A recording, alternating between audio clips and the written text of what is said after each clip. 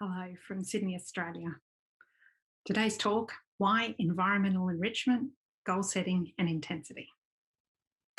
Joey was born at 26 weeks gestation and spent the first 3 months of his life in neonatal intensive care. He was the first surviving baby to his family after 9 miscarriages. Their joy at his arrival sustained a long time in NICU. Whilst in NICU, he was identified to have ventriculomegaly and require neurosurgery to place a shunt. Your role was to explore whether he may or may not have a disability. You conduct the general movements assessment, which suggests high risk for cerebral palsy. His MRI also indicates damage to the white matter area affecting motor.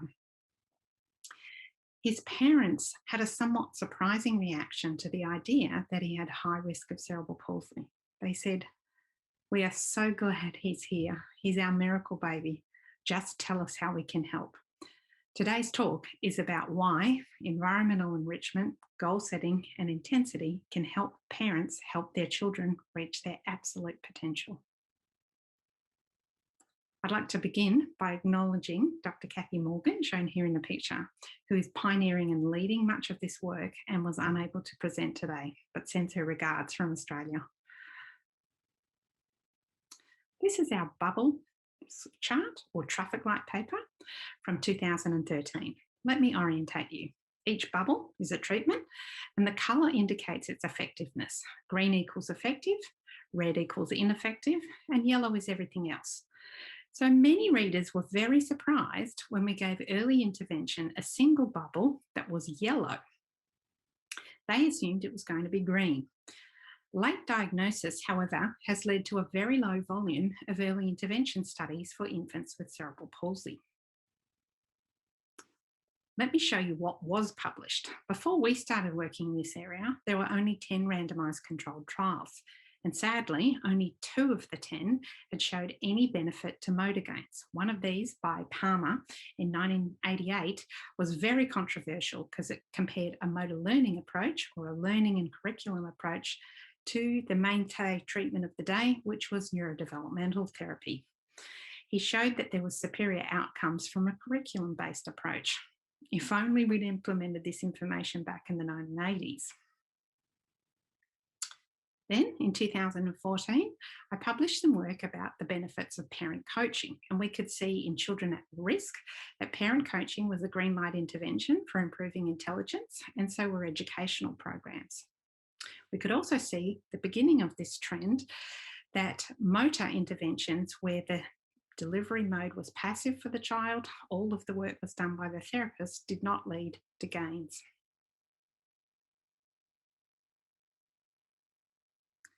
This is our 2019 updated traffic light paper, and there were much more data about early intervention between 2013 and 19, and we were able to differentiate early intervention into multiple bubbles. We started to see a trend in the data. Passive approaches, such as NDT or Voiter, continued to fall below the worth it line. But importantly, a number of new, small, phase 2 pilot studies showed that motor learning approaches with task-specific practice, goals, and a high intensity were conferring positive gains for motor skills, suggesting more research is worthwhile. These treatments included constraint-induced movement therapy for babies under 2, motor training, gain, bimanual therapy, and general stimulation. So let's unpack these bubbles by looking at the specific data associated. The baby CIMT study by Eliasson in Sweden found that child active constraint-induced movement therapy was superior to passive massage for improving the use of the affected arm in infants with hemiplegia. Importantly, this study also showed that at a low dose, so 2 hours a day for blocks of 6 weeks, there was no negative effects on the dominant hand from the constraint. The Wang study confirmed that modified constraint at the 2-hour dose was feasible to conduct in the real world. Sharmadot compared constraint-induced movement therapy head-to-head with bimanual therapy and found that the treatments were equally effective for infants. This finding reflects what we already knew in older children, but was the first group to test it in younger children. A multi-component study by Natalie Maitre in the United States found that compared to normal controls, the intervention improved the smoothness of reach and unimanual skills in infants with asymmetric hand function. And a stroke-specific intervention called E-TIPS has been found to be feasible. Perhaps you've noticed a trend here. There's a lot of research being conducted about unilateral cerebral palsy with an emphasis on upper limb skills. Eliasson's group, led by Linda Nordstrom, tested a novel motor training intervention compared to a communication program in blocks of therapy.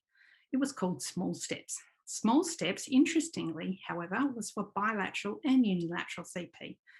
They found no between group difference. However, importantly, they identified that over time, the motor training assisted the most severe children to catch up, suggesting a treatment effect. There are two other larger randomised controlled trials that have recently been completed with results pending. The first, LEAP CP, which is learning through everyday activities with parents, conducted in India.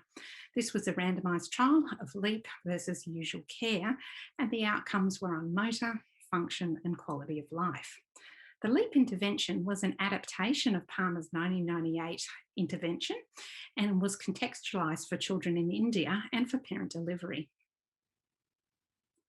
The REACH trial, which stands for Randomised Comparison of Rehabilitation Early for Congenital Hemiplegia, compared constraint-induced movement therapy head-to-head with bimanual, similar to Sharmadot's early pilot study, but this time it was a phase 3 study. And the results are pending and will no doubt give us more information. So in 2020, there was a lot more new yellow lights for early intervention that looked promising. So our hypothesis now going forward is that when these larger trials are analysed, we're going to start to see that task-based, active motor learning, home-based, goal-based early interventions are actually green light treatments, and they will definitely separate from the passive interventions.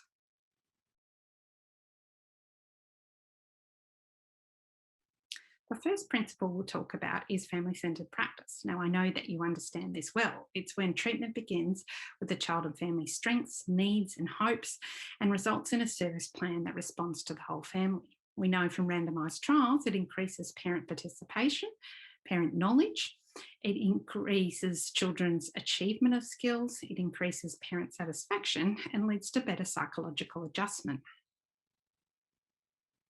When we look at the evidence, as you would expect, Baker's 2012 systematic review on the effectiveness of family-centred practice is a green light bubble and shows that child outcomes are better from family-centred practice.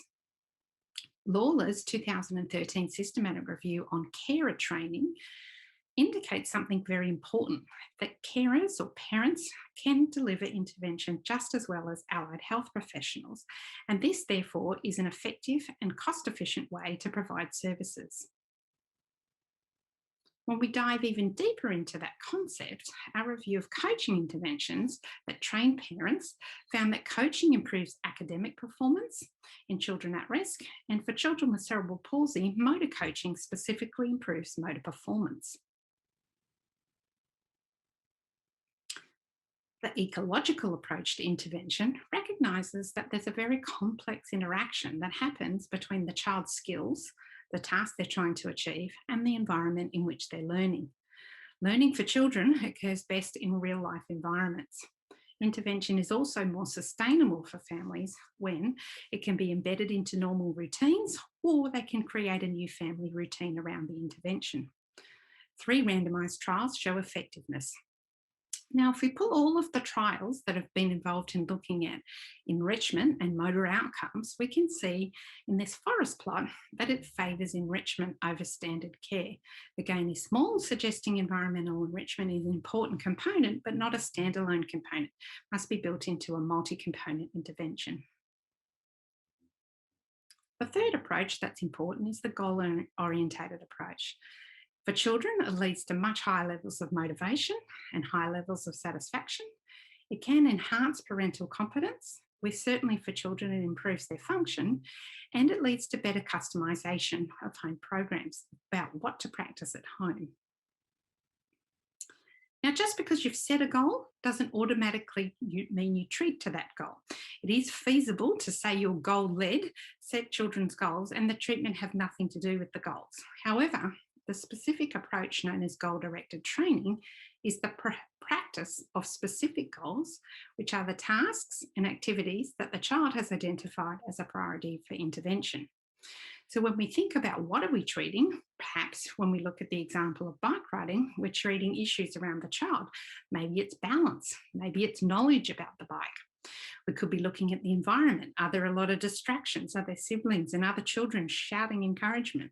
Or is it the task? Is it a smooth surface to ride on or a bumpy surface?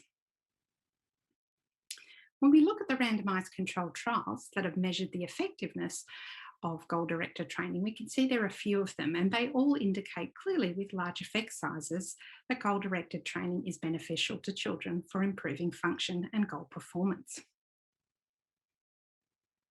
The fourth concept we want to talk about is motor learning. Motor learning can enhance neuroplasticity, it can lead to task specific performance improvements, and it can improve children's function. These days, there's a lot of literature about motor learnings. If we start in adult stroke, here's the meta-analyses of all the different approaches. I've highlighted the motor learning ones in green, and you can see they all fall on the right-hand side of the plot, favouring motor learning treatments. There's high quality evidence that motor learning improves motor outcomes in adults with stroke.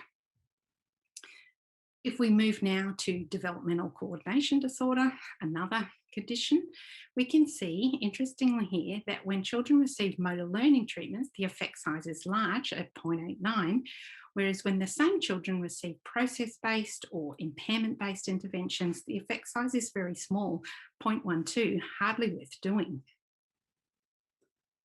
Then, if we move to the cerebral palsy population, this is our 2013 traffic light paper. Again, at 2013, we could see this trend that green light interventions for motor outcomes were likely to have the following features. They were child active, task specific, goal-based, and intense. Whereas the red light traffic items were tended to have child passive movements. In other words, the therapist was doing the movement, and the aim was to normalise movement rather than increase function. Fast forward to our 2019 traffic light paper, and you can see there are a lot more green bubbles.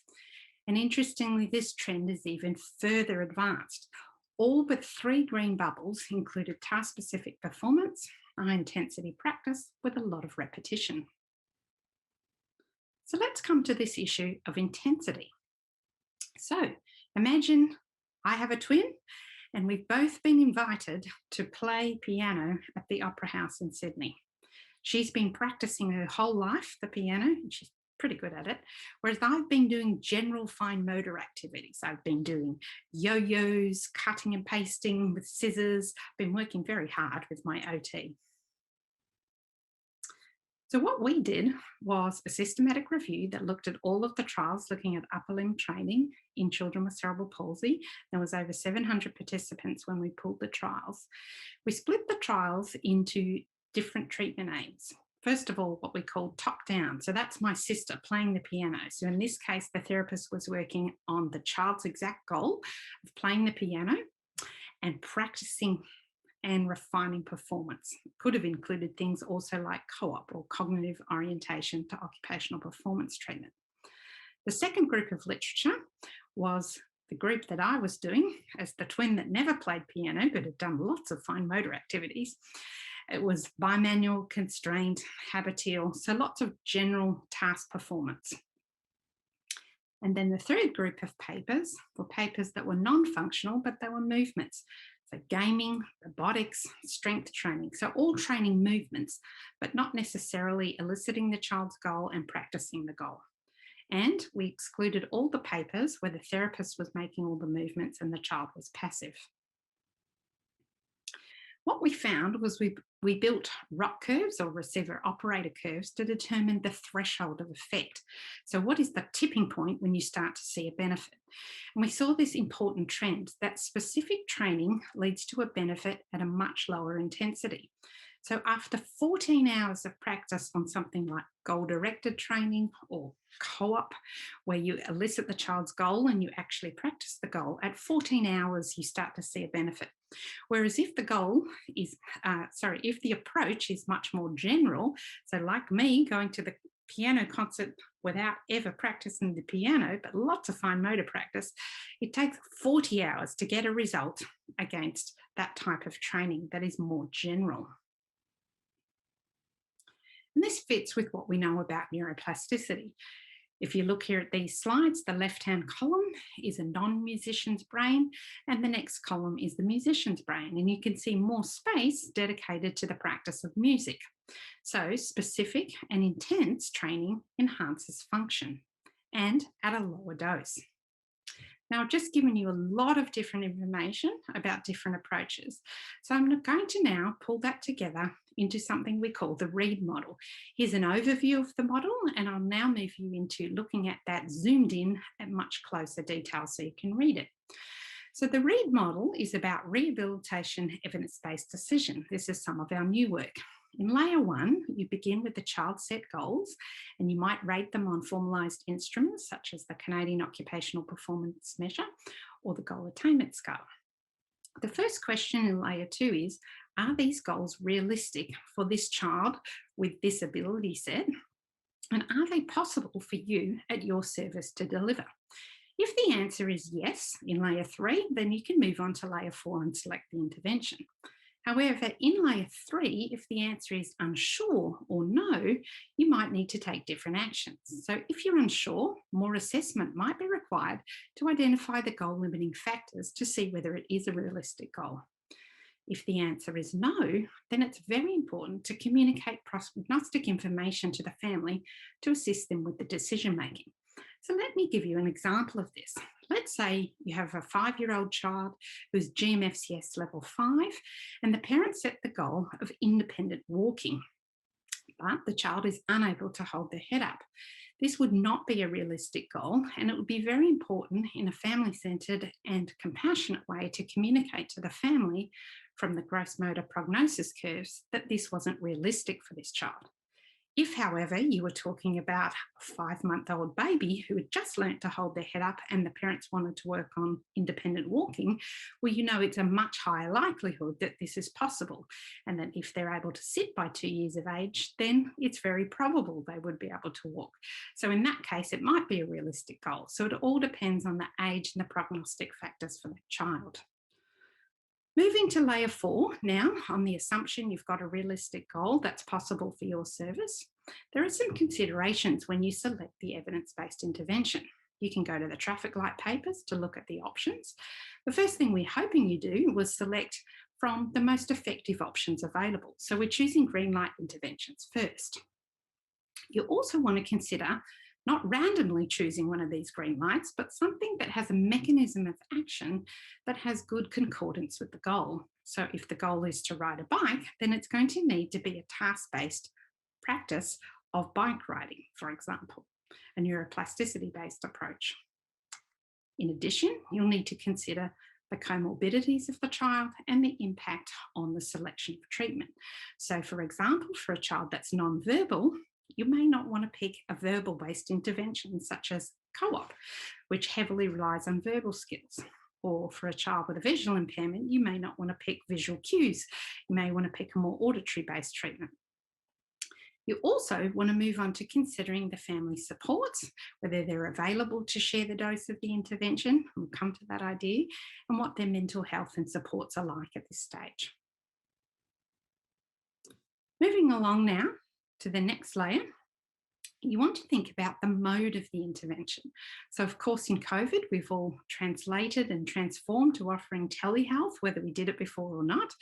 So you want to think about, for the intervention you've selected, what are the evidence-based modes? Is it effective in the individual face-to-face? Is it effective in telehealth? Is it effective in a group?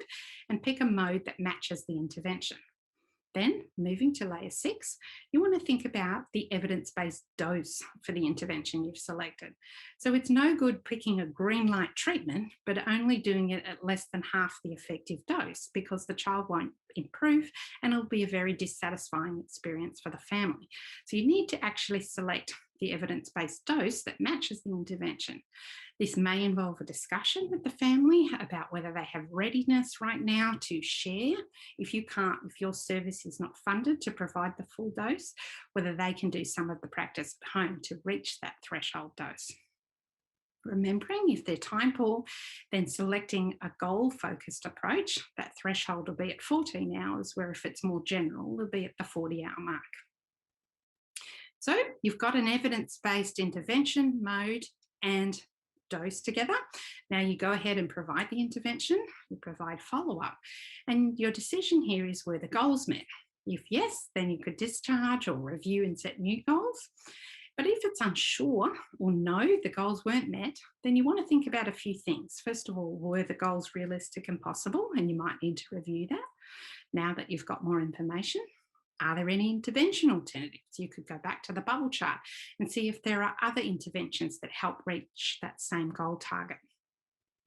Think about the mode and the dose. Did you hit the right effective dose for that intervention? I hope that helps tie it together for you. I'll now give you some more detail about a treatment we devised for all subtypes of CP known as GAME. So let's have a look at GAME along the research pipeline. There's clear evidence from preclinical studies that environmental enrichment enhances motor function and cognitive function and can decrease the size of a brain injury. So we wanted to test this in humans. Obviously, rehabilitation is safe, so we were able to start at a phase 2 trial. And we found that GAME improves motor and cognitive function, and we're now repeating this in a larger trial called a phase 3 trial. Again, I acknowledge Dr. Kathy Morgan, the first author on this work. This is our protocol paper that explains the treatment. So I'll give you a short overview of this treatment. GAME has 3 main components. It includes goal-orientated intensive training, which involves collaborative goal setting, where in this case, we're working with infants, so the parent sets the goal on behalf of the child. It's a real-life task that the parent wants or needs them to achieve, and involves mass practice for that goal. The activities are at the just right challenge for the child, and they increase in complexity. It's a minimisation of any type of hands-on work from a therapist. The next part is parent education. It's a key component, and remember I told you in the coaching literature it's highly effective for improving cognition and in motor performance in children with cerebral palsy. So we coach parents to notice what their child's trying to do and how to shape that. We coach attempts at voluntary movement and to understand the normal motor trajectory and how to stimulate progress and challenge. And the third aspect is environmental enrichment. All of the sessions are conducted within the family's home, and the physical environment is set up together with the parents to assist the child's learning. The toys are matched to the desired tasks and goals that the family set. Infants are actively engaged, not forced, and we challenge the activities so that the child can continue to learn. I want to go through a few things that GAME is and isn't. So GAME does not involve centre-based or clinic-based settings. It does not involve group work. It does not involve any positioning and handling from the therapist. It does not involve passive range of motion or stretches. It does not involve any passive motor approaches. It doesn't involve any baby equipment that might slow down motor development, such as baby walkers, jolly jumpers. And it doesn't include adaptive seating, standing or walking equipment for children on a trajectory to GMFCS 1 to 3, because we know prognostically they will sit and walk and they need the extra time to practice. However, GAME does include home visits and home programs that are highly individualised to the child. It involves intense and varied child-initiated motor training. It involves environmental enrichment, both through the toys and the play space. And in this context, we also included enrichment to mean background issues for the child that might interfere with learning. So we ensure that the child's not in pain, that they're sleeping well, and that their vision and nutrition is optimised. It also involves parent coaching. So here is the data from our pilot phase 2, where we had 13 children, had 12 weeks of game treatment, and we measured the outcomes on the Peabody Developmental Motor Scales, or the TMQ, which is the total motor quotient. I'd like to point your eyes to the left-hand side of the screen where you could look at the dose, and these were doses self-selected by parents, but you can see that the game group got a lot more intervention than the self-care group, both in terms of face-to-face therapy time and therapy plus home practice initiated by the parents. We then moved to this additional RCT where we randomised children to game and standard care. This time the duration of treatment was 16 weeks and the endpoint was at 1 year of age, and we followed them up at 2. And this time again, we measured their motor performance on the Peabody. We also looked at goals on the COPM, and we looked at the gross motor function measure, and we looked at their cognitive ability on the Bailey scales of infant development. So here is the motor data from the Peabody Developmental Motor Scales. The green line is the game group and the red line is the control group. By the end of the treatment, and there was carryover to the 12-month point, you can see that the game group were half a standard deviation better off on motor performance on a standardised norm reference tool. On the GMFM, they were also better off if they were in the game group. Cognition favoured the game group. Fine motor performance on the Bailey also favoured the game group. And the gross motor, there was no difference on the Bailey. Then here is the COPM data, so the goal data at the 16-week mark where we finished treatment. It favoured performance of the game group and the satisfaction was higher in the game group. I would like to say at this point that whilst we believe goal setting is essential in older children with cerebral palsy where they can set their own goals, it's a more complex issue in research with infants. So goal setting also involves parents being able to predict what their child might do next. For parents where their child with cerebral palsy is their first child, they have no experience of the disability sector or the health sector, predicting performance over time is complex. So we tend to use COPM in infants in research studies more to frame the intervention approach rather than to measure change, because we're also measuring parents' understanding and prediction of their child's performance over time. And we know that their knowledge rapidly increases over time and their prediction accuracy increases over time. I'm moving now to our phase 3 trial. Children in this trial can be enrolled anywhere between 3 to 6 months of age. We are randomising 300 children, 150 to game and 150 to usual care. At the 1 year mark, we are measuring how they are going on a number of measures, and then we continue treatment in this trial, which makes it different to the pilot. It's a much longer duration treatment right up to their 2nd birthday, which is the primary endpoint. The measures we're looking at are motor, cognitive, behaviour, function, quality of life, and neuroplasticity via an optional MRI. When I left Australia, we had over 280 of 300 children recruited, so we are nearly there. I'd like to tell you now a little bit about what parents say about being involved in the game treatment approach. This is work, again, led by Dr. Kathy Morgan. These were interviews taken from parents who participated in the experimental game group in the pilot work.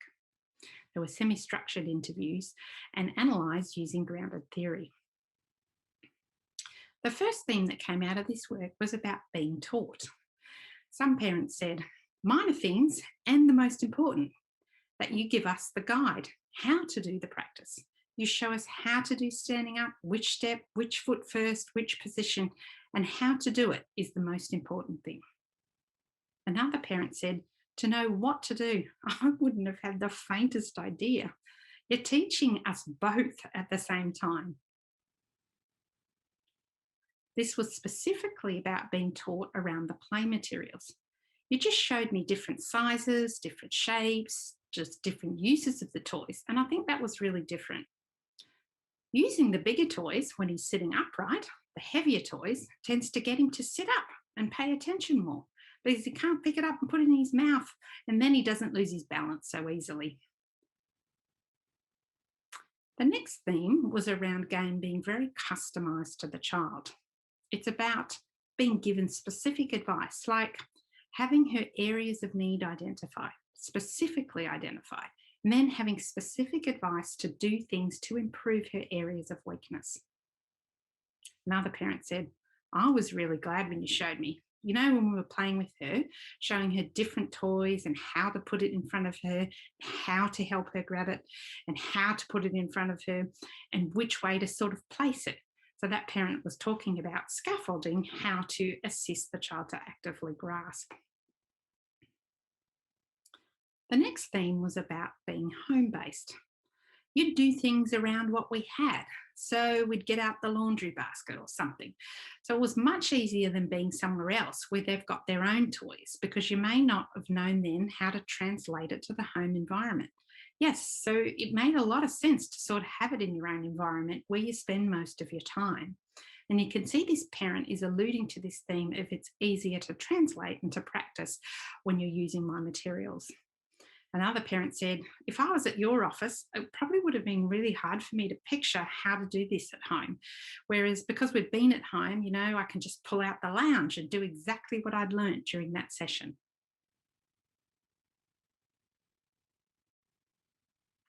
So we found from these interviews that, as we all believe, parents want to help their children, and this treatment approach scaffolds and gives them a way to do it in a structured way. It includes environment and enrichment of the environment, so to optimise learning in the home. It includes an adequate dose of practice, which is shared between the therapist and the parent. It allows parents to set new routines that enhance the practice, and it's cost effective. So, in conclusion, we found that parents, tasks, home, goals, intensity are key ingredients to success. Thank you. Thank you so much, Iona, for a fantastic talk. Another fantastic talk, I should say. I really enjoyed the way you took the literature and brought it directly into practice, and not only recommendations as yesterday, but actually directly into examples. So this was a perfect example, I think, of how science and science-based knowledge should be used directly in practice. Thank you very much for that. Thank you for that feedback. And it is now time for questions for Iona, and we will open for discussion. And I have, well, we all have, I should say, questions in the chat. And I think in order to make it a little bit more personal than yesterday, I would like if the people who have the questions in the chat also actually ask the questions directly to Iona. So the first one is a question from Sandra Holm. Sandra, would you please ask your question? Yes, thank you. Thank you for the presentation. It was really good. I was wondering if you could tell something about what kind of activities they ask the parents to do at home in the game intervention. Sure. Thanks for your question, Sandra. It's nice to meet you. Yeah, we haven't spent a lot of time elucidating the protocols to people in detail, because we find that people who probably are treating children in the control group rapidly want to adopt these ideas. And so we didn't want a randomized trial where we had apples and apples and both groups got the same thing. So I'll give a short answer, but we're getting close to the end and I can tell you more. So essentially, it's got those three features: parent education, the motor enrichment of the environment, and the motor training component. So it will depend on the child's goals. So if they have a severe GMSCS level, for example, and maybe working on holding up their head and eye pointing to a choice might be some examples for that child, whereas a child with a very mild disability might be actually pulling to stand and practicing walking. So, or playing with quite sophisticated toys that advance their cognition. So stacking toys and pulling things apart, etc. So it really does depend on the child's severity and the parents' goals. So we only practice real life tasks that actually matter to the person's development. We don't worry about the order of them that you might have done in previous approaches like neurodevelopmental therapy. We just go with where the child is up to with learning. So if they skip the whole phase of crawling, that's absolutely fine. What we're focused on is, can they get off the floor into standing and walking? And they use their arms to prop to balance to transition, not really whether crawling actually matters or not. So some of those older principles are not relevant in this approach. We use the enrichment in the environment. So we do a couple of things. We use toy selection to trigger the child to initiate the movements themselves. So you heard about in the interview that parent talked about, if they were practicing sitting, for example, if you gave them a small toy, they'd put it in their mouth and then they lose their balance and fall over backwards. Whereas if you give a large heavy toy, then they will keep playing with the toy and therefore practice sitting for longer. So trying to use the environment to trigger a motor response that is helpful to the child, and train the parent in selection of toys to match the motor tasks, so that they're practicing in a way that it's not turning the parent into a therapist, that it's a real life task for the child. We also think about the background environment enrichment issues. So could be for a child, if they have poor feeding, they have very low calorie uptake, for example, and so maybe changing the diet with them to lots of avocado or other things that might give more opportunities to have calories to continue the practice and sustain for longer. Or whether they have pain, for example, getting them an assessment for gastroesophageal reflux and appropriate management of that, or their sleep. So we consider enrichment the actual physical environment that they exist in, but also aspects of their comorbidities that might interfere with learning. And so those are the main tasks. We also train the parents to read the child's cues. So we might say, did you notice when you put the toy there, they looked at it and they realized they were going to fall over, and so they stopped. So if you put the toy a little bit closer, just see now how they move their arm towards it, because they know they can do it without falling over. So training them to read the child's micro communication cues to enhance the child's self-generated motor performance, rather than the parent having to actually just give them the toy or say, come on, come on, come on, and then actually refuse to do it. So just training those moments that create successful learning. Okay, thank you. And the next question, that is from Anna Lukens. Anna, would you please ask your question? Hi, yeah, thank you so much for the presentation. It's really helpful to see all of the research kind of summarised. I was just wondering, because in lots of the studies that you mentioned, the interventions start at about 3 to 6 months. I was just wondering if you have any kind of comments or thoughts on starting intervention before that point, so on the neonatal unit or when they're first discharged. Yeah, thanks, Anna. That's a great question. Nice to meet you too. Well, we do agree earlier is better. And if you're able to start in the neonatal intensive care unit, that's even better. For the GAME trial, we specifically started at 3 months because we could confirm a diagnosis of cerebral palsy then. And then that means we have 100% of the sample have cerebral palsy, whereas a lot of the previous randomized controlled trials have, for example, included children with preterm or hypoxic ischemic encephalopathy with risk for cerebral palsy. Then a lot of them turn out to have a normal outcome. We've got normal children in both groups, which dissolves the treatment effect, and it's hard to understand whether it is helping children with cerebral palsy or not. So that's one of the challenges with designing a trial from the NICU, but it is easier these days with better tests to tell us who might have a disability and who might have a normal outcome. So obviously, as you sound like, the volume of stimulation needs to be quite moderated in those NICU environments, but still doing things that are self-generated and reflect the child's interests and learning is really important, and things that coach a coexistence and a co-relationship with a parent or the carer, whoever's in that NICU environment with them, is incredibly important, because they are so attuned to faces and those social interactions. So reading cues, obviously, as we know, is incredibly important in that, and adjusting so it's not overwhelming and damaging to the brain, but that it's stimulating and learning. But I do think early is better, and we would like to start a trial as well in those earlier age group. We have some unpublished data suggesting that earlier is better, which is no surprise to anyone. It just hasn't been done a lot before. So I think if it was modified, it could be very helpful. I think there's a very big break in the transition pipeline for parents. So they learn how to do things in a NICU, for example, and then they go home, they're discharged, and they theoretically have a healthy baby. And we see a lot of parents where we go to the house after they're in a NICU and it's dark, the windows are drawn, everybody's silent, and so they're actually operating like it's a NICU at home, trying not to overstimulate the baby. And we have to have a lot of conversations then about, actually, your baby's healthy now, they need you to engage with them. Would it be okay if we opened the blinds? Would it be okay if we went outside?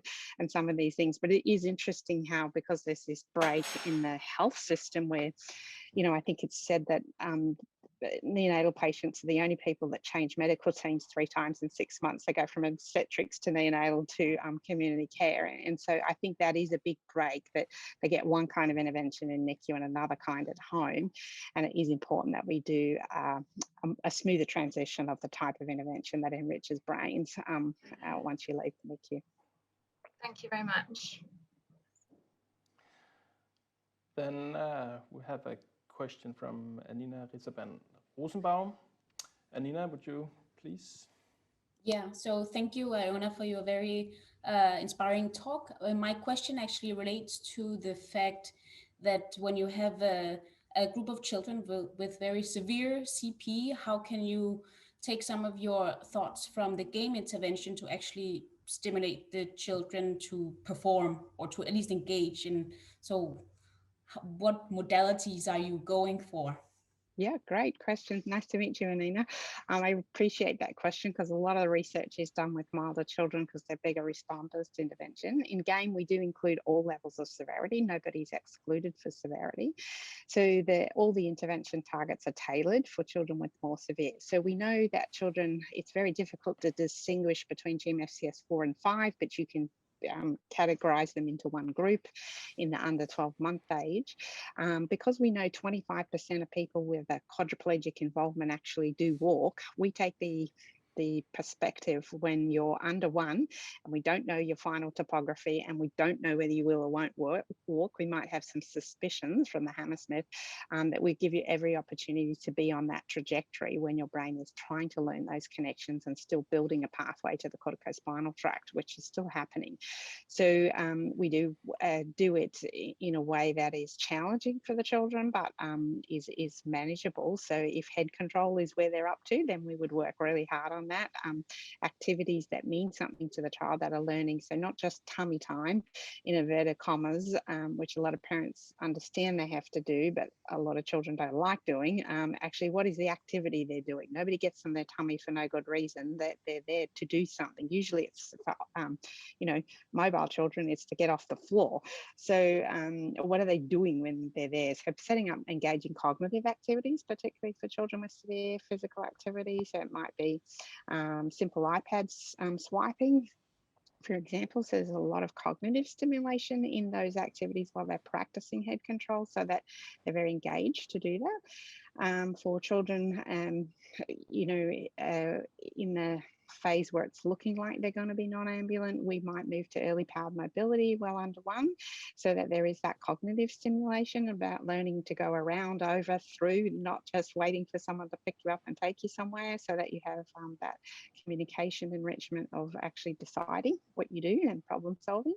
So we do a lot of that. We also do a fair bit of cognitive stimulation using switch-based toys as well, so that the children enrich. So just because they have a severe physical disability doesn't guarantee they have an intellectual disability. It gives them a higher risk, but some of them have normal IQ.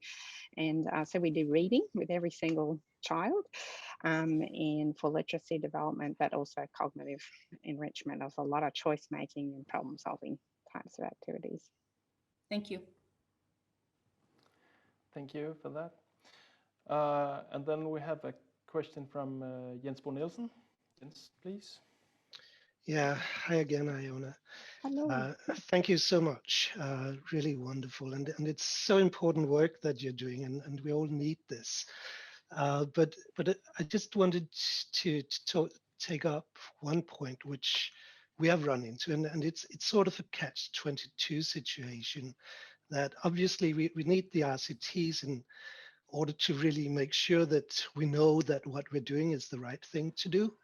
But at the same time, we're confronted with an ethics committee which is worried that if we really believe that what we're doing is working, that we're sort of denying it to the people who are in the control group, the parents, the infants. And at least we have to explain to the parents that unfortunately their child ended up in the control group. So how do we cope with this situation that if we have something which we sort of all believe works, but we cannot really go forward if it's all based on belief, we need to have the scientific documentation. It creates a dilemma. How do we solve that? How have you solved that? Yeah, thank you. That's such an important leadership question. You know, I think in Australia, we can never have a pure control group for children. It's simply deemed unethical. We can have a control group that is usual care until we prove something is better. So we're allowed to do that. But I think it's almost moving to the point there's, you know, in say 2 or 3 years' time, that's not going to be ethical either, because we have data suggesting that this intensive training modes are valuable in the early years. I think we're almost there. And so what we're going to need to do is think harder about designing trials for efficacy. Now, there are some Grand Canyon chasms in our evidence base, which we could have as controlled comparisons. So I like the way the Swedes did the small step study, where they did a 6-week block of motor and then a 6-week block of communication. I think it is crazy that there is not a single randomized controlled trial for communication in children under 2 years of age with cerebral palsy, and yet 1 in 4 cannot speak. That doesn't make any sense to me at all. That is a great need to test some interventions. There is not a single pain management intervention either. So we could be thinking about different modes of development, I think, in comparator groups and just using different outcome measures. And I think that might be the way to philosophically solve that, so children are getting a good early start to life. But I agree that the dilemma is coming and we need to deal with it. We had our heads in the sand for way too long about believing in early intervention. Absolutely, it does work, but it clearly needs to be tailored and high intensity and very focused for children with cerebral palsy, not just let them sort of run their own course and choose what works for them, because they end up underdosed compared to a typically developing child at that rate. So we have to change our perspective, but I think comparing to other things that are completely under-researched and are desperately important for children's development could be the way forward. Thank you. Thank you, Iona. So we're having another question here from Suvia Tatisvili. Please. Hello. Thank you for your great presentation. My question is about the dose of intervention, how we should define this dose individually, or does it depend on the severity of CP, or can you say a little bit more about this? Thank you. Yeah, thanks for that question. Dose is a really important aspect. And as I showed in that algorithm, it's always part 3 to the selection of the intervention. So it depends on which intervention you've chosen and which mode of practice, what the dose is going to be, and also the severity issue. So I agree, it's not a one-shot answer, and I'm not avoiding the question, but it actually involves many factors when you're considering dose. We do see that for motor results, if you have a brain injury affecting the motor components of the brain, either one of the 4 compartments, you do need fairly high intensity of practice to actually get a result. So that is a consistent pattern. However, children also need breaks. They don't want and need to be pathologized either. So it's important that we don't just focus on one thing in isolation of others as well, that we're holistic in the way that we do things. So if you want to do everything at once, everything is going to be a low dose, but it might be still a lot of practice for the family, or you might want to take a focused approach for a little while with a couple of goals and a couple of domains, and then switch domains for a while, which could also be a balanced way. And we know typically developing children have those spurts of brain activity, you know, so when they're you know, toddlers, they're driven to run and they're driven to say no. And so capturing some of these phases where the child is in that is their motivating and driving biologic force behind things as well. So trying to look at critical periods of plasticity, I think, is important as well. But, you know, there is the use it or lose it principle in neuroplasticity. So you don't want to take breaks from something so long that you lose all the gains that you had made. So I think it's just important to read the child and the family quite well, understand that more is going to be better, but these are humans, these are families, and they need to be families first and foremost. They're not intervention targets. So there's a lot of critical thinking and reasoning, I think, that goes on into those decisions. But parents turn out have been right that more is better all along, but what you do is just as important as how much. Thank you. Thank you. And we have a question from Nina Klöver. Thank you for a very interesting presentation. Ambulation and mobilization is just standing is described as important for development in general. And you mentioned that your standing devices are not included in the game approach, and I would appreciate if you can, I can hear your reflection around that. Sure. So just to clarify, we don't use standing devices for children GMFCS 1 to 3. We do use them for children GMFCS 4 to 5. So if the child is going to actually be able to walk independently, they're on that trajectory, we actually do active targeted practice of standing without a device. Whereas if they're not going to be able to stand independently, then we do use a standing frame. So just to clarify that, that's important.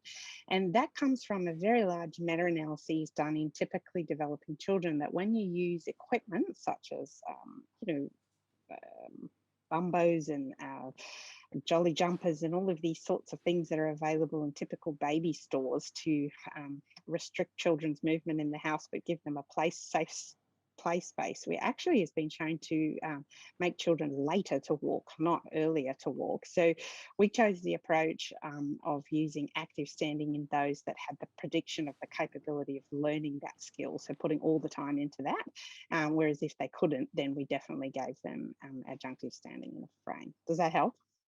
Yes, yeah. Thank you. Thank you very much. I think that was, at least from looking at the chat, it seems to be the last question. So thank you very much for sharing your great work, Iona.